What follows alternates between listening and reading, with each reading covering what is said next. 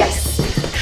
Okay. Hello, everyone, and welcome to the Blow Up Couch Show. This is Bean, and I'm Julia. Today, we're interviewing Bean's human, Grace, a musician, a host, and I gosh darn love her so much. Let's get ready to rumble!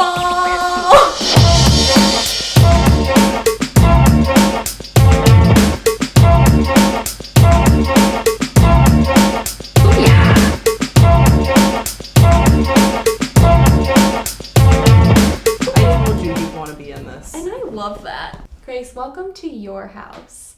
It's good to be here. So you are a musician, we've established. Yeah. It's like very weird as a creative person to even try to be like, this is what I am. Well, I think also with anything creative, it's subjective. So like I'd be like, I'm a musician, and someone could be like, no you're not, you suck. So it's like kind of a hard thing to enter into a room and be like, I do this thing, and people could be like, badly, and it's like, all right, well. What did you want to be when you grew up, like when you were a kid? For a long time I wanted to be a comedian, and I really was drawn in by people like Gilda Radner and like Tina Fey, and SNL was like, that's the goal. I wanted to be at 30 Rock. Humor was like my coping mechanism, and when I actually became more comfortable with myself, I found that wasn't really my desired mode of expression. I found for me, it was just sort of like discounting my own self-worth. Like I would open up every stand-up performance, like making a joke about being a lesbian. And I was like, I don't feel like I really want to be doing that anymore. Right.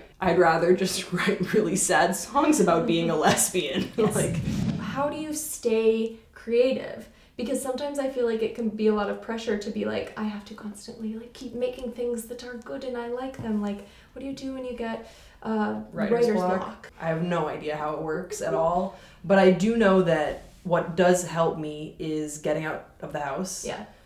Spending some time with my dog, Willie. Almost every song I've written that I like has started on a walk with him.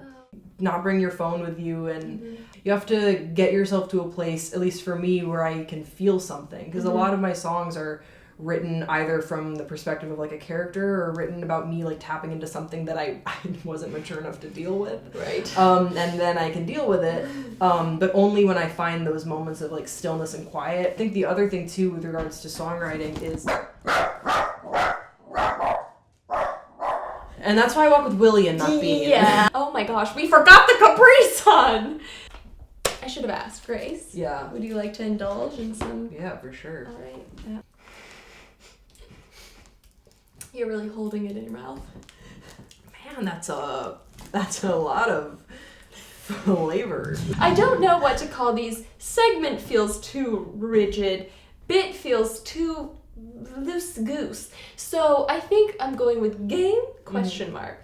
So challenge. Our first challenge. Oh, nice. Okay. Welcome. We have transformed. I am now a music journalist. I got that. I'm a renowned music critic, and we're here today with Grace Sunday to do it track by track and to look at some of her hit tracks and see why you wrote them. Okay. First, I want to talk about a classic number. The song you wrote called I'll Eat All the Sand on This Beach, I Swear to God. Could you sort of tell me why you were inspired to write that and what it's about? Yeah, honestly, I was so hungry. I was at Will Rogers State Beach. We know it, we love it. I didn't bring a picnic, and the people that I was with did. And they wouldn't let me eat any of their picnic. And yeah, and I felt like a song coming on. I was like, I'm so mad. Yeah. And I remember looking at my friend Karen, and I was like, I'll eat all the sand on this beach, I swear to God. So track number 2, Just a Couple of Popes. What inspired that? Popes? Just a couple of popes. Well, this was a bit more of a commentary on sort of the stance of the Catholic Church on gay marriage. Oh. And I wanted to sort of like turn the mirror a little bit on them and be like, well, you know, what about if it was just a couple of popes? Yeah. Like, what if the couple was popes? So those were upbeat. Yeah, those were dance anthems. Again, we veer back into dance with with "Don't tell me," parenthetical, not to stare directly into the sun. So, you know, people probably will know this by don't tell me not to stare directly into the sun. But I'm gonna do it because it's fun. Don't tell me not to stare directly in the sun. Don't tell me. Don't tell me. With your last track, a really somber number, how did this moth get in here? Wow, I wasn't expecting to bring that one up. I know, it's the hidden track. You have to wait 5 minutes of silence. Right. And then in plays, how did this moth get in here? And it's striking. Whoa. And it should be, because actually it was inspired by the Mothman prophecies. I didn't want to say his full name in a song. Right. I didn't want to give him that platform, but I did, how did this moth get in here? And by here, I mean in my brain. Like, how did this moth get in my brain? And get out. Well, it was a joy to listen to this beautiful artwork. So Same. thank you for enlightening us. It was a joy to write them all. My hat to you, and I leave it tipped. That's how much I liked it. It's time for a very exciting game, a staple of this couch show called Real or Fake. Okay. Dun dun dun dun dun. You've spent some time in the crime world. Well, I'm so sorry. I have an interest in true crime, but I actually have not committed, maybe crimes of fashion, but. So I'm going to read you some CSI terminology, and you're going to tell me whether you think it's a real word or a fake word that I made up. Okay. CSI edition. Real or fake? Algor mortis. Fake. Real. No way. It's the cooling of the body that follows death.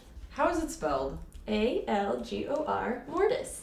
Oh, okay. Yeah. Real or fake? Intraduncoxis. Fake. Correct.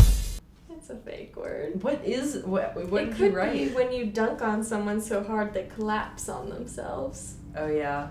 Well, I'm a big fan of the NBA, so I've seen that happen. Yes. Real or fake? Hematoma. Real. It is real. It's internal bleeding. Yeah. Really good stuff. Mm. Real or fake? Duodenum. That's real.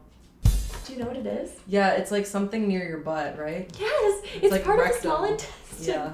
Which could be near your butt. I don't have a good working knowledge of the human body. Yeah, me neither, but I know I've seen that on a chart before. Real or fake? Cardinarphosers. That's fake. That's very fake. It's really fake. I didn't practice that one. Okay, real or fake? Dancreas. That is fake. That's fake. Yeah, I really am just going off of your expressions. I need to get better at this. Okay. Can't read my face. Infarction. It's fake. No, it's real. Hey, come on, say it again. Infarction. Infarction? Spell it. Infarction. Infarction. Infarction? Infarction. What does it mean? Tissue death within an organ. Infarction. It's gonna be fake. No. Reshuffle. Real or fake? Burr hole surgery. Burr hole. Spell burr. Burr. I think it's fake for the following reason, that you guys were just writing butthole surgery and you wanted to not do that, so you just substituted in 2 R's. You would think that, wouldn't you? But you're wrong! Because it's the drilling a hole in a skull. It's the drilling of a hole in a skull. It's called burr hole surgery? According to I don't think that's the term for it. I don't know. I mean, I don't know. But you imagine we need to drill a hole in the skull, let's do some burr hole surgery. I gotta do some bee-hole surgery. There's so many bee holes on the body. Are there? Well, there's pretty much belly one. buttonhole. Again, I wasn't keeping track, but I think you did. I think you won. I think I did fine. It felt like you won. Yeah, I mean, there were some minor infarctions, but aside from that, I think I did okay. And that's gotta be what that word actually means. We're deflating the couch with our body weights. And Grace, gosh, oh gosh. Thanks for having me on. Thanks for letting us into your home, letting us bond with Bean. Yes. And asking you all these gosh darn questions. Yeah, I'm so excited to have been included. Thank you all for watching, and goodbye.